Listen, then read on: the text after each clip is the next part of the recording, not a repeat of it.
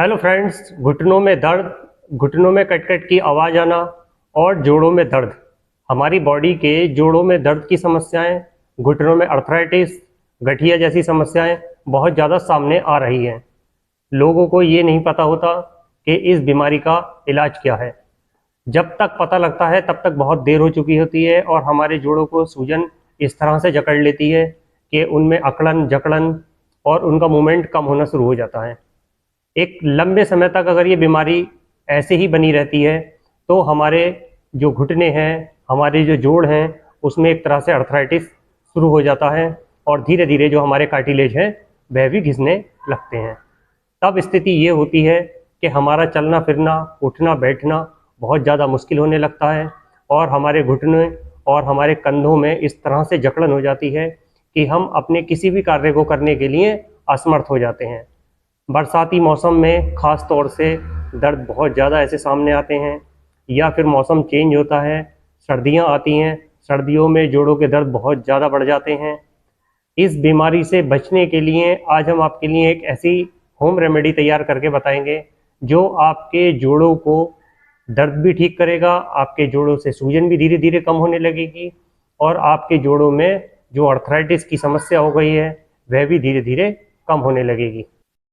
अगर आपके घुटने में दर्द और घुटने में अर्थराइटिस की शुरुआत हो चुकी है तो ये रेमेडी मात्र 2 चीज़ों से मिलके बनी है और वो दोनों चीज़ें आपके घर में ही अवेलेबल हैं। अगर आपकी कमर में अकड़न और जकड़न है तब भी आप इस रेमेडी का इस्तेमाल कर सकते हैं।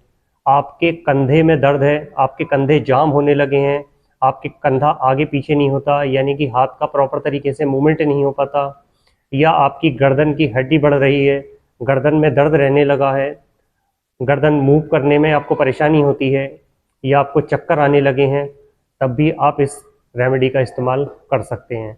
आपकी एल्बो में पेन रहने लगा है, या आपकी रिस्ट में पेन है, या आपके लेग में पेन रहने लगा है, यानी कि ऑल जॉइंट में आपके कहीं भी दर्द रहता है, यानी कि हमारी जो बॉडी है उस बॉडी के जितने भी जोड़ हैं उन सारे जोड़ों में ये रेमेडी बहुत ज़्यादा कारगर साबित होती है। ये काफ़ी लोगों ने इस्तेमाल की है और सभी को बहुत अच्छे रिजल्ट मिले हैं। अभी तक मैंने देखा है जिसने ये रेमेडी इस्तेमाल करी उसके दर्द में 15 से 20 दिन में ही बहुत फ़र्क आने लगा और उसका दर्द धीरे धीरे कम होने लगा। अब इस रेमेडी को कैसे तैयार करना है ये मैं आपको विस्तार से बताऊंगा। मात्र 2 चीज़ें आपको लेनी है, उन 2 चीज़ों से मिलकर ये रेमेडी तैयार हो जाएगी और तैयार करना भी बहुत आसान है, आपको बहुत ज़्यादा दिक्कत नहीं होगी तैयार करने में। चलिए अब मैं बताने जा रहा हूँ आपको रेमेडी कैसे तैयार करनी है। इस रेमेडी को तैयार करने के लिए जो आपको सबसे पहली चीज़ की ज़रूरत पड़ेगी वो है तिल का तेल। तिल का तेल पूजा में भी इस्तेमाल किया जाता है और तिल का तेल प्राचीन समय से ही दर्द को दूर करने के लिए भी इस्तेमाल किया जाता है।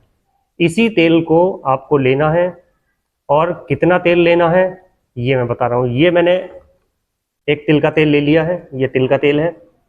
इस तिल के तेल को हम इस कांच के गिलास में डाल लेंगे इस तरह से।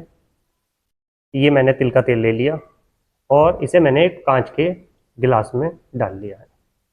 अब ये जो तिल का तेल है, इस तिल के तेल में हमें जो दूसरी चीज़ लेनी है वो है हमारा कपूर। कपूर प्राचीन समय से लेके आज तक इस्तेमाल होता है, पूजा में भी इस्तेमाल होता है और कपूर ऑक्सीजन बढ़ाने के काम में भी लिया जाता है।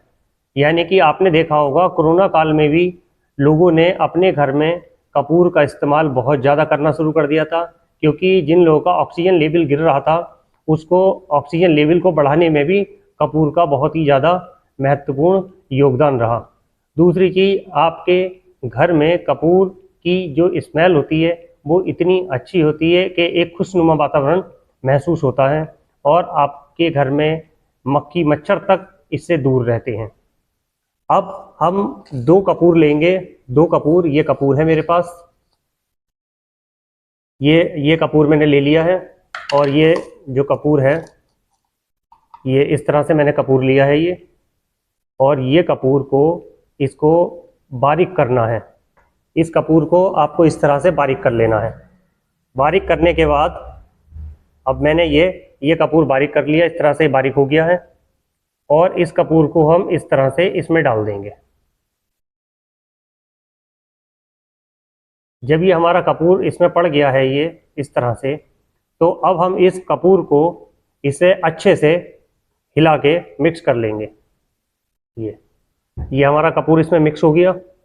अब हम इसको 2 से 4 घंटे तक इसको धूप में रखना है। 2 से 4 घंटे आप इसको बंद करके, किसी चीज़ से इस तरह से बंद करके आपको 2 से 4 घंटे इसको धूप में रख देना है।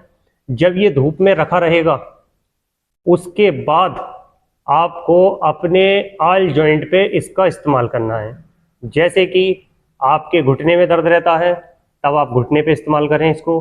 और इसको इस्तेमाल कैसे करना है, आपको एक बार सुबह और एक बार शाम आपको लगाना है। यानी कि सुबह शाम आपको ये तेल लगाना है। इसके बाद आपका धीरे धीरे जो जोड़ों का दर्द है वो 15 से 20 दिन में कम होना शुरू हो जाएगा। और हो सकता है आपको पहले हफ्ते में ही इसके बहुत अच्छे रिजल्ट दिखाई देने लगें। लेकिन इसका धूप में रखना बहुत ज़रूरी है। आप इसको लंबे समय तक इस्तेमाल करना चाहते हैं तो इस तेल को तैयार करने के बाद आप एक ढक्कन बंद डब्बे में इसको रख सकते हैं। यानी कि जो डब्बा एयर टाइट डब्बा हो, उस डब्बे में कांच का डब्बा आपको लेना है, उसमें रख देना है आपको। आप जब इसको कांच के डब्बे में रखेंगे तो ये सेफ रहेगा।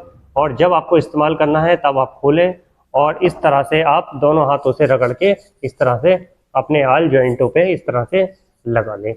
और सोने से पहले ये काम आपको बहुत ज़्यादा ज़रूरी करना है। अगर यहाँ तक मेरी वीडियो अच्छी लगे तो लाइक करें, चैनल पे नए हैं तो सब्सक्राइब करें। ऐसे ही हेल्थ से रिलेटेड वीडियो मेरे इसी चैनल पे मिलते रहेंगे। नमस्कार साथियों।